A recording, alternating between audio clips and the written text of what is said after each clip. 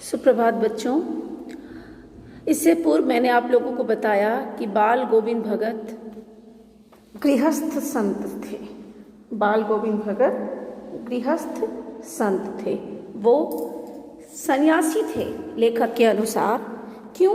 क्योंकि संन्यास जो है उसका आधार है जीवन के मानवीय सरोकार। वो गृहस्थ संत इसलिए थे क्योंकि वो गृहस्थी के धर्म को भी बखूबी निभाते थे। उनका परिवार था, खेती बाड़ी करते थे।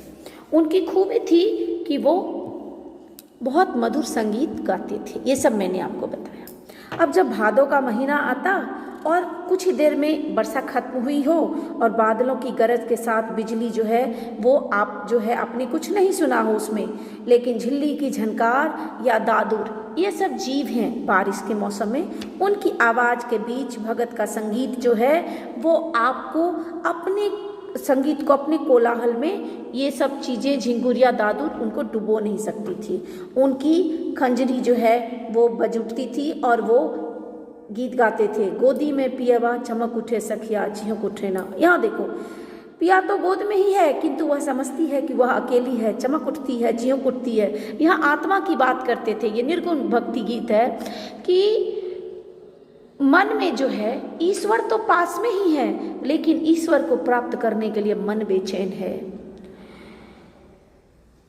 तेरी गठरी में लागा चोर मुसाफिर जाग जरा, तेरी गठरी में लागा चोर मुसाफिर जाग जरा। अब देखो, चोर कौन? बुरी आदतें, बुरे कर्म, ये सब चोर हैं जो आपकी जो है मानवीयता रूपी जो धन है, इंसानियत रूपी जो धन है, जो धार्मिक विचारधारा है, धार्मिक यानी धर्म विशेष में फंसा हुआ नहीं, ये सब जो है ये जिसको अंत कर दे, ये सब कौन है? बुरे कर्म। कार्तिक का महीना आता तो बाल गोविंद भगत फिर प्रभाती गाने लगते जो फागुन तक चलता।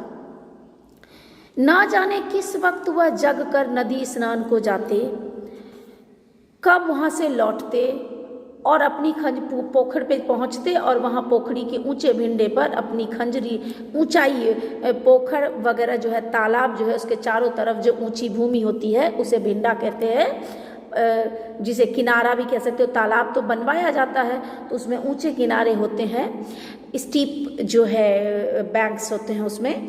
तो अपनी खंजरी लेकर वो गाना शुरू कर देते। लेखक अपने बारे में कहते हैं कि मैं शुरू से ही देर तक सोने वाला हूँ, लेकिन जब माघ की उस कटकटाती जो है भोर में, माघ महीने में बहुत ठंड होती है, उसमें जिस क्षेत्र की बात कर रहे हैं उस क्षेत्र में, दुनिया के हर हिस्से में ठंड नहीं होती, लेकिन भारत में माघ महीने में बड़ी ठंड होती है, उत्तर भारत में।